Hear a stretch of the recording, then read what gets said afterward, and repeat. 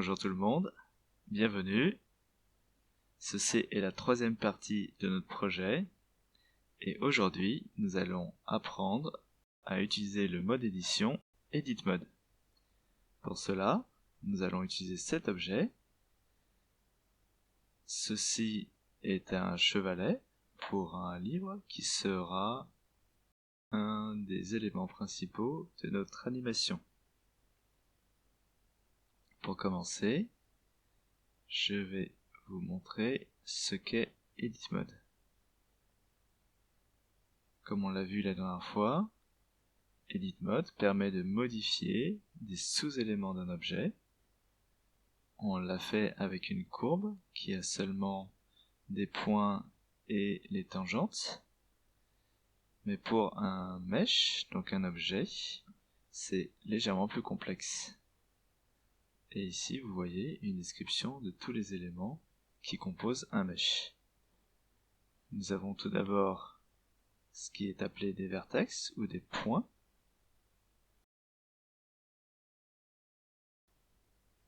Nous avons ensuite, entre deux points, des arêtes, ou en anglais edge. Et ensuite, nous avons trois arêtes ou plus vont permettre de constituer une face, ou en anglais a face. Donc, les objets sont aussi appelés mesh. Je peux sélectionner un point comme ceci. Voilà. Et on peut passer d'un mode de sélection de point à arête à face en utilisant les outils qui sont dans le coin supérieur gauche de la vue 3D, où on peut sélectionner les points, les arêtes ou les faces. Comme cela.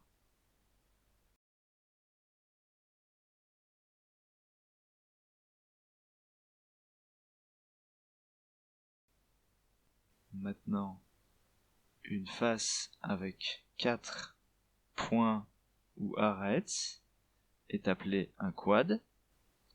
Une face avec seulement 3 arêtes ou points, on appelle ça un tri. Et si elle comporte un nombre supérieur d'arêtes ou de points, un 4, on peut l'appeler un n-gon. Et tout cela, généralement, peut être appelé polygone. Voilà pour le début. Nous allons retourner à notre projet. Comme d'habitude, je vais activer les raccourcis clavier afin que vous puissiez suivre. Et je vais faire comme d'habitude, préparer la scène avec les références.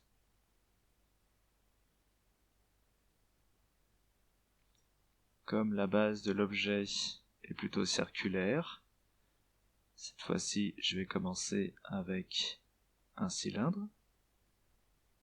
Vous pourriez commencer avec un cube et avoir un chevalet plutôt cubique. Ça c'est en fonction de votre préférence. Et je vais commencer avec la base. Voilà, en réduisant la taille de ce cylindre. Ce que nous faisions précédemment, c'est que nous créions un nouvel objet pour chaque partie de l'objet final. Ce que nous faisons maintenant en Edit Mode, c'est nous utilisons le même objet, mais nous allons le modifier pour qu'il prenne la forme de notre chevalet. Comme pour les courbes, pour accéder au mode Edit Mode, sélectionnez votre objet et allez dans le coin supérieur gauche de l'écran, là où à peu près tout se passe, et cliquez sur cette liste déroulante. Vous constatez que contrairement aux courbes, cette liste comprend plus de modes, mais nous allons faire les choses une par une et commencer par l'Edit Mode. Ok, j'avais caché cette barre d'outils, un peu comme le panneau sur la droite, avec le raccourci clavier T, on peut le masquer ou le rendre visible, et on voit qu'en Edit Mode, on a beaucoup plus d'options ou d'outils que avec une courbe. Nous allons les voir un par un dans la leçon d'aujourd'hui. Mais tout d'abord, je vais retourner sur cette scène pour vous présenter les deux premiers outils qui sont Inset et Extrusion.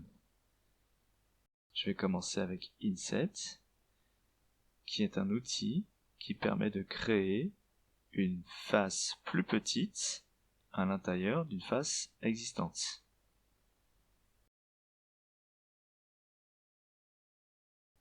Si je l'utilise là, vous voyez que j'ai une nouvelle face à l'intérieur de la première, tout en conservant ces edges qui permettent de garder une topologie correcte pour l'objet. Je reviendrai plus tard sur le thème topologie. Et voilà l'outil Inset.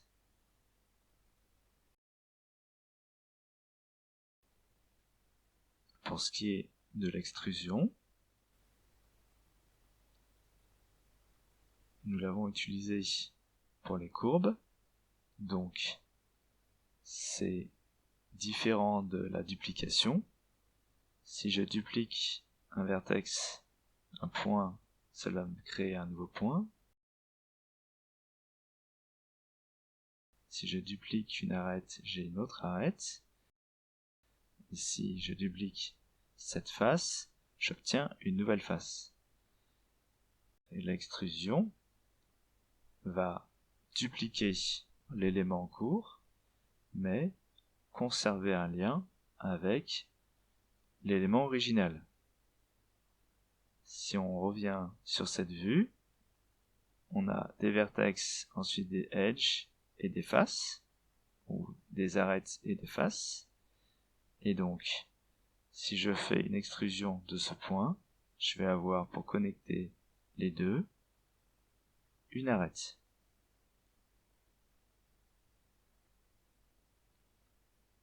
De la même manière, si je fais une extrusion de cette arête, cela va créer une face entre les deux arêtes. Et pour une face, cela va en créer plusieurs autres. Et nous aurons un objet, un mesh.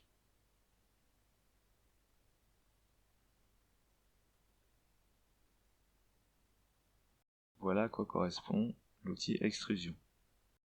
Donc comment l'utiliser pour notre chevalet? On peut voir que tout d'abord la forme est plus courte, et ensuite que ça s'élève par là. Ok. Donc ce que je vais utiliser en premier, c'est passer en mode de sélection face, sélectionner cette face, et ensuite utiliser l'outil Inset pour avoir une face plus petite. Ensuite, on peut toujours utiliser les premiers outils qui sont déplacer, faire une rotation ou changer l'échelle de la face uniquement. Ce que je vais faire, c'est essayer de m'aligner avec ma référence pour essayer de réduire la face à la bonne taille. Je ne peux pas le voir avec ce point de vue, mais je vais essayer de faire une rotation de ma vue. Ce n'est pas encore parfait, et donc je vais switcher en mode orthographique et chercher encore à aligner mon objet avec la référence de manière à voir la taille de ma face. On peut le voir maintenant et ce n'est pas aligné, donc je vais réduire sa taille jusqu'à qu'elle corresponde à la référence. Et tu vas voir une face qui s'élève.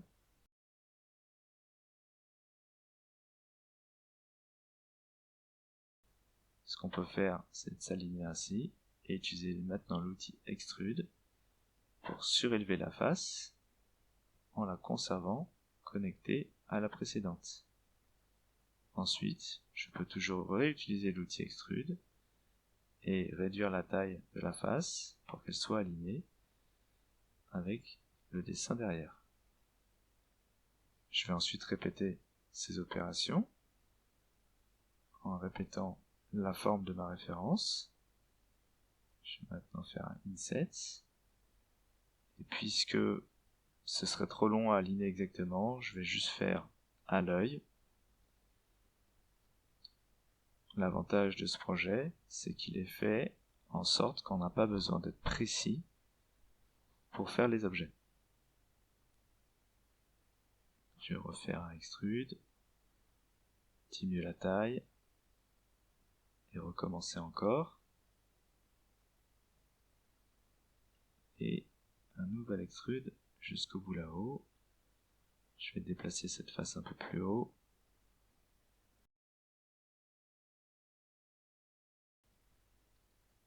Vous avez remarqué, et voilà, que j'ai fait une extrude de là à ici, sans prendre en compte cette partie, celle-ci et celle-là.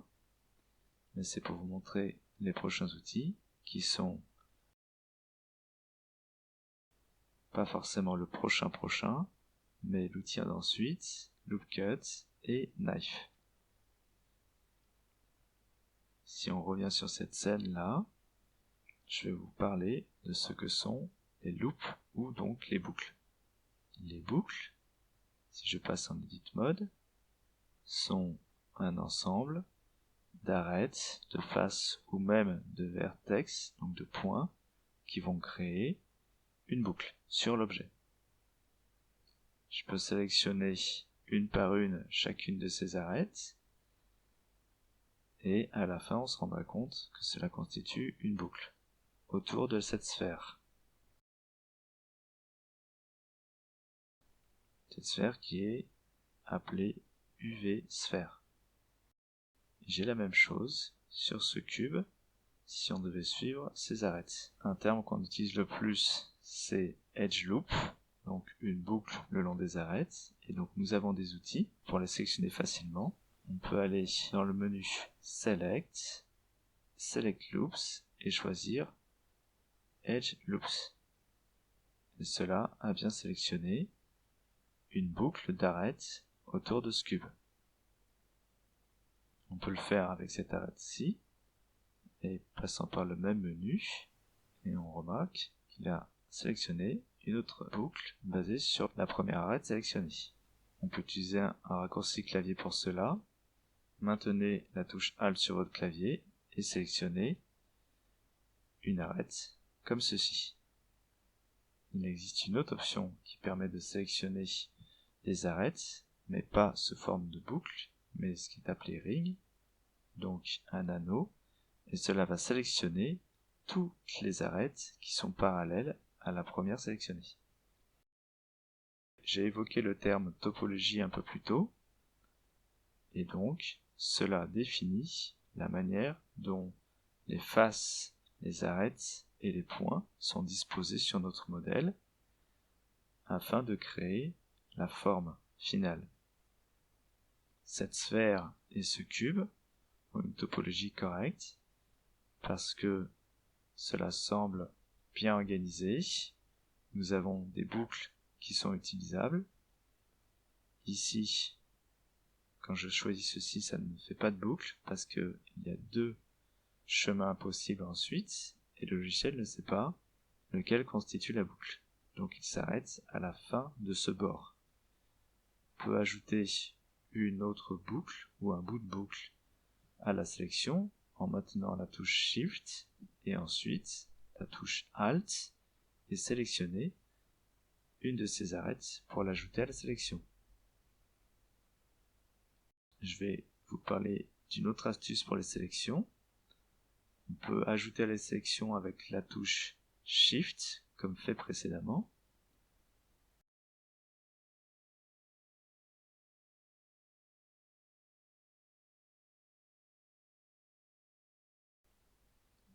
Ok, mais si je choisis une arête et que j'appuie sur la touche CTRL, cela va ajouter toutes les arêtes, depuis la première arête jusqu'à la dernière arête sélectionnée, en prenant le chemin le plus court, comme ceci. Cela peut être utile dans certains cas, lorsqu'on veut sélectionner plusieurs arêtes en prenant le chemin le plus court. Cela marche également avec des points et aussi avec des faces. De même, l'outil Edge Loop pour sélectionner une boucle fonctionne avec des faces. Si je clique proche de cette arête-là, il va sélectionner la boucle dans cette direction, et si mon curseur est près de cette arête, il va sélectionner celle-ci. Cet objet, je l'ai créé pour vous faire une démonstration d'un exemple d'une mauvaise topologie. Si par exemple j'essaye de choisir une boucle, là je presse bien la touche Alt sur mon clavier, on se rend compte que cela ne sélectionne aucune boucle puisque la topologie est mauvaise. Nous avons quasiment que des triangles, ce n'est pas mauvais, mais ce n'est pas forcément recommandé d'avoir que des triangles. Et ils ont tous une taille différente, ils sont étirés, et cela représente une mauvaise topologie. Et donc c'est à éviter. Tout dépend des circonstances bien sûr, mais la plupart du temps, c'est à éviter.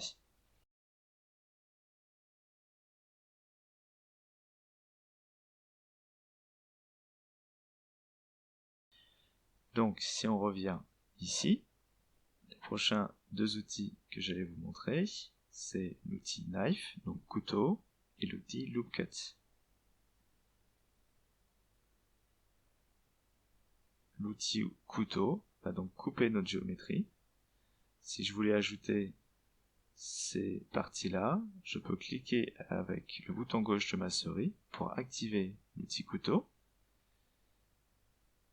Et il va représenter la coupe future pour qu'on sache exactement ce qui se passe. Et on peut cliquer ensuite encore à gauche pour finir la coupe. Ce qu'on peut voir, c'est que pendant qu'on utilise l'outil, nous avons toutes les options disponibles pour l'outil couteau, comme la touche Enter pour confirmer, Échappe pour annuler, CTRL Z pour revenir en arrière, et ainsi de suite. Les outils que je vais utiliser sont le raccourci de la touche C pour Cut Through, signifiant que nous allons couper à travers l'objet, donc même à l'arrière, et aussi le bouton A pour contraindre ma coupe à un angle, comme ça cette dernière sera bien droite. Je peux cliquer maintenant avec mon dos gauche de ma souris, cela nous propose une coupe temporaire, et pour la confirmer, il faut appuyer sur la touche Entrée. Et maintenant on voit bien une arête à cet endroit. Je peux maintenant sélectionner tous ces points et augmenter leur taille afin que cela épouse la forme de l'objet.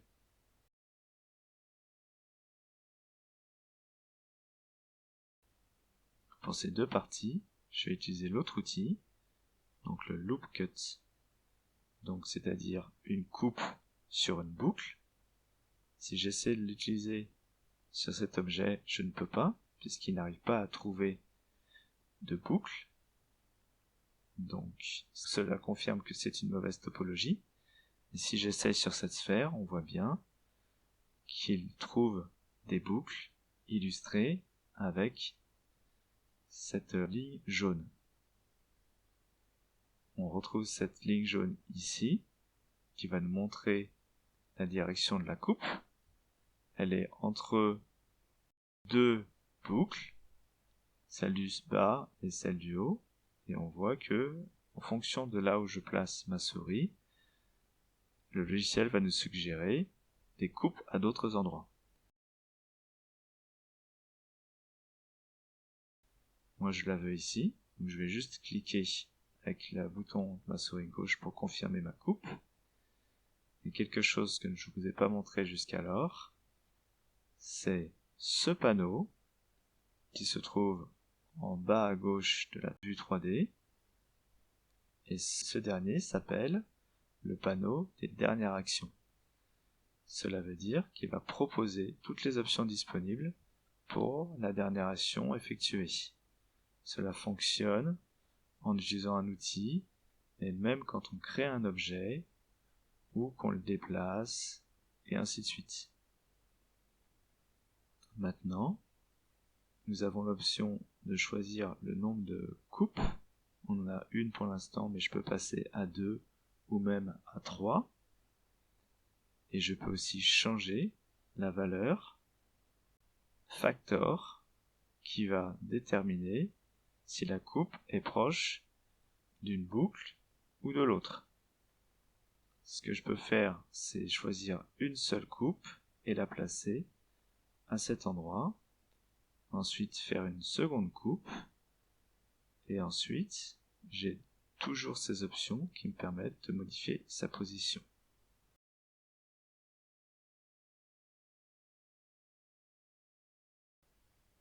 J'ai maintenant mes deux coupes.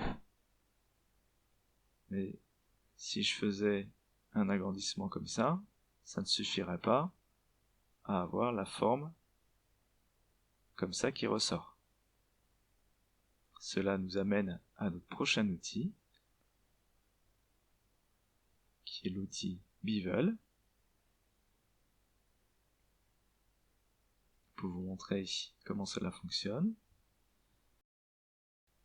nous allons aller ici. Cet outil va ajouter soit des arêtes ou dans certains cas des points à une arête qui est sélectionnée. Ça va permettre d'ajouter la définition à l'arête existante. Si j'utilise sur cette arête, on voit bien que maintenant j'ai deux arêtes.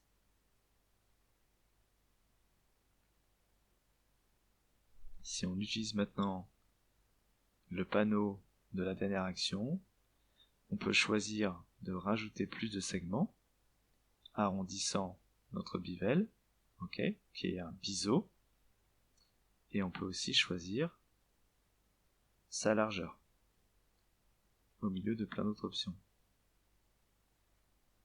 Je vais repartir en arrière avec la touche CTRL Z sur mon clavier, pour vous montrer que quand cela crée par exemple deux arêtes, l'une d'elles va vers la prochaine arête qu'on voit là en bas, l'autre va vers la précédente arête qu'on voit dans sa direction. Cela veut dire que si je fais un biseau sur quelque chose de plat, cela va me rajouter des arêtes, mais la forme restera plate. Donc, c'est exactement ce que nous voulons sur cet objet-là pour conserver sa forme de base. Si j'utilise l'outil biseau ici, cela va me donner une épaisseur.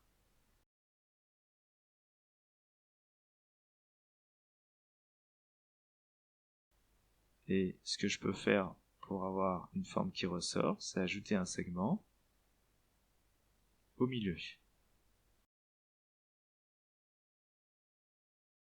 Je vais le faire à cet endroit aussi. Ajouter un segment.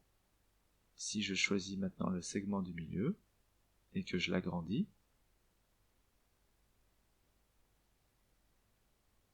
voilà, nous avons notre forme.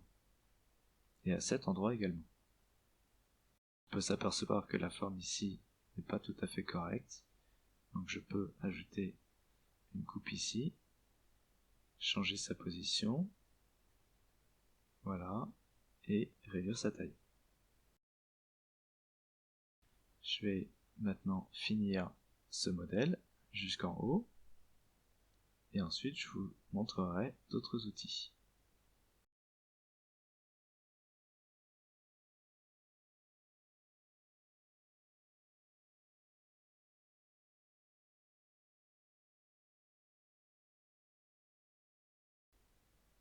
Donc, je fais de nouveau une extrusion, un agrandissement, et ainsi de suite.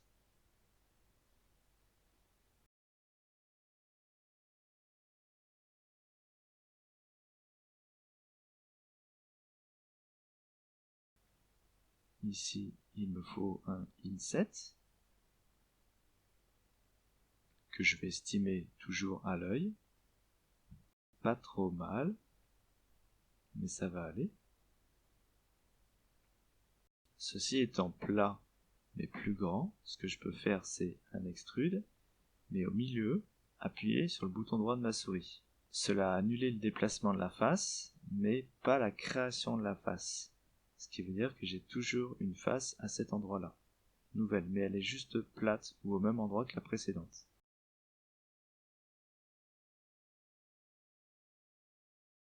Je peux maintenant l'agrandir et continuer avec un autre extrude, un autre agrandissement. Au cas où j'utilise alternativement les raccourcis et des fois le gizmo. Si vous voyez ne pas utiliser le gizmo, c'est que j'utilise le raccourci.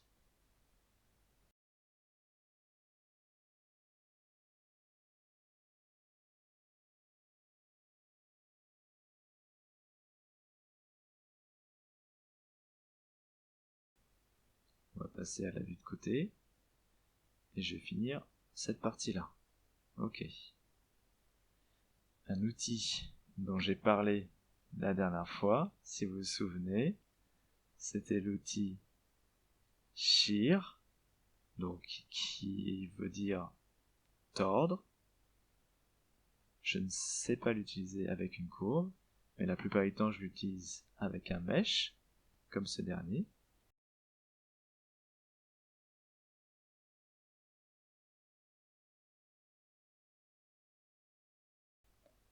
Maintenant, regardez, si je devais faire une rotation de cette face afin qu'elle soit accordée à l'angle là, on se rend compte que, bien que la rotation est correcte, on se rend compte que l'épaisseur de l'objet est différente de ce qu'on avait avant.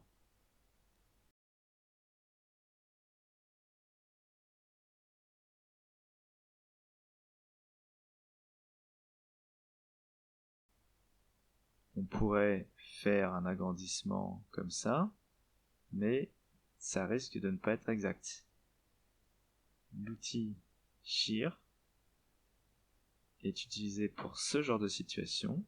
Ainsi, en maintenant la touche contrôle sur mon clavier, je contrains sa valeur à 1, ce qui va me donner un angle de 45 degrés, et la base a toujours la même épaisseur. Et c'est la fonction de l'outil shear qui me permet ensuite de créer par exemple des tuyaux avec un angle à 90 degrés là pour le coup. J'utiliserai sans doute maintenant cet outil pour d'autres objets qu'on verra plus tard. Voilà, maintenant je me suis vengé avec cet outil et je vous montre que je l'utilise quand même dans certains cas.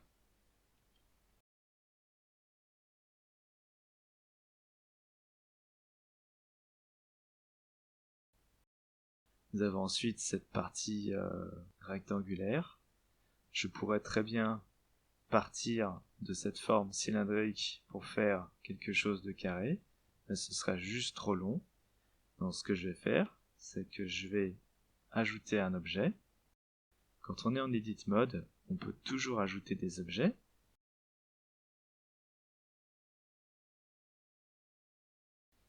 Mais ce que cela fait, donc regardez la liste, elle n'est constituée que d'autres objets mesh.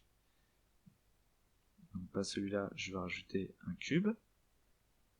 Ce cube est maintenant intégré au premier objet. Si je passe en Object Mode, on se rend compte que les deux constituent un seul et même objet.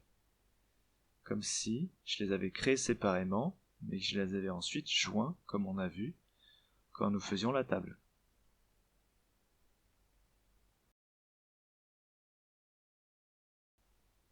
Je vais donc maintenant finir de modéliser cette partie en réduisant sa taille, en faisant une rotation de 45 degrés.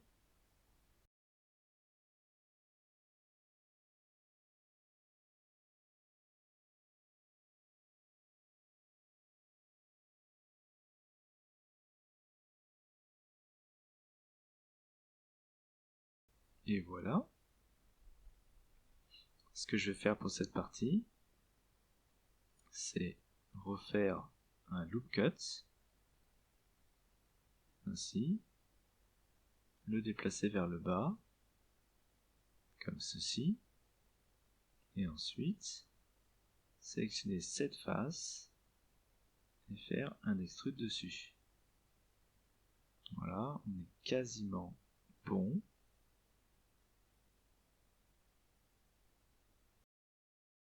Ok, parfait. L'objet est terminé.